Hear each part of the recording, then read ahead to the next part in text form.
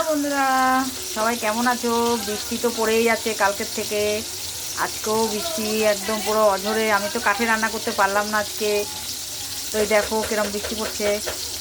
এই দেখো আমি এখন উনানের ছায়াও পরিষ্কার করে নিয়ে দেখো বৃষ্টিতে কি অবস্থা হয়ে যাচ্ছে। আমার কাঠ ঠাট সব ভিজে যাচ্ছে। এই দেখো বৃষ্টি পড়েই যাচ্ছে ঝিরঝির।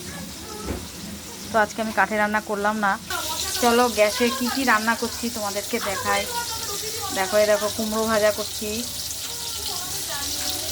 আর দেখো কালকের মাছ ভাজাটা রয়েছে, একটু গরম করব। আর এখানে দেখো মোচা সিদ্ধ করে রেখেছি ছোলার সাথে, মোচাটা করব। এখানে দেখো ভাত হচ্ছে। আজকে সব রান্নার আগেই দেখাচ্ছি, কেননা রোজই তো রান্না দেখাই। এই দেখো এখানে ইলিশ মাছ রেখেছি। এখানে দুখানা ইলিশ মাছ আছে, মাথাগুলো আমি রেখে দিয়েছি কচু শাক দিয়ে খাবো বলে। তো ইলিশ মাছটা এই দেখো বেগুন দিয়ে করবো। এই যে এখানে বেগুন কেটে রেখেছি, দেখো বেগুন দিয়ে ইলিশ মাছ করবো। আর এখানে দেখো মোচার আলু কেটে রেখেছি। আর এখানে আমার নাতির আলু ভাজা হবে, যে আলু ভাজা করেছি। আর এই যে মোচার মশলা, এই যে টমেটো আর আদা লঙ্কা, জিরে ঠিরে দেবো পরে।